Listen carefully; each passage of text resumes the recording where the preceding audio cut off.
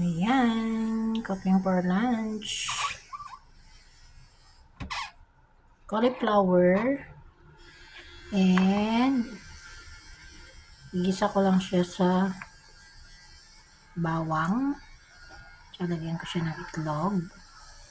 At syempre, magluluto ako ng pritong isda. Sarap nito guys. Ito yung isda na yung galing sa Japan na isda. Masarap siya. At saka napakalambot. Yan. Mura lang siya guys. Mura lang talaga siya. So, yan. Ang aking lulutuing lunch kay Lola. O, diba? Sarap nito.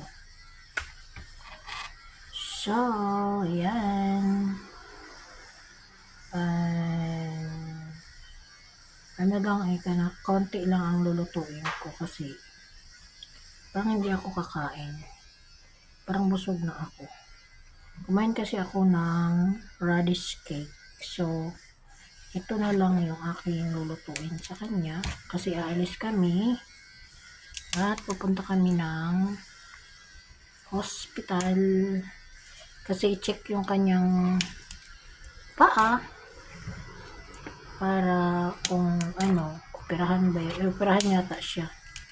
Need an operation kasi ano yung kanyang tawag nito? Yung kanyang joint ba? Na disalign. So, kailangan siyang i-operahan.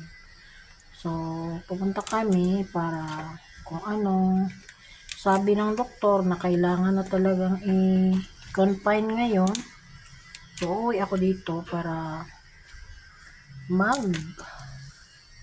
kuha ng gamit namin. Damit ni Lola. So, ayan. Diba? Ganyan lang. Oo.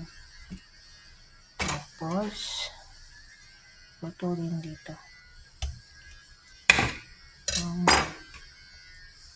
Titingnan ko to kung pwede pa yan.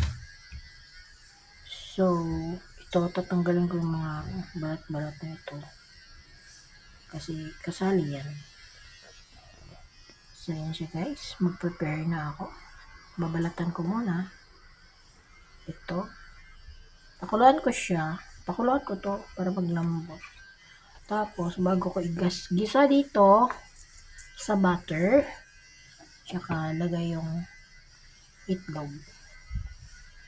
Ayan. So, ayan, malinis na guys. So, di ba? Malinis na. So, hugasan muna natin. Ayan guys. Asinan ko na siya para prituhin ko na. At ito yung pangkalamares. Ayan, pakuluan natin guys. Para magluto na tayo ng tanghalian. So, yun lang. Simple cooking. So, ayan. Pinakuluan ko na siya guys. Lagyan ko siya ng asin. Pag naluto na siya, i-isa ko sa bawang. Ayan. Tapos, lagyan ng itlog. Ganun lang. At ito ay iprito natin. Diba? Ito naman, yung pusit ko, saka ko na siya lulutuin. Kasi nagmamadali kami. Kasi papunta kami ng hospital. So, yun na siya guys. Our video for today. Thanks for watching guys. Bye!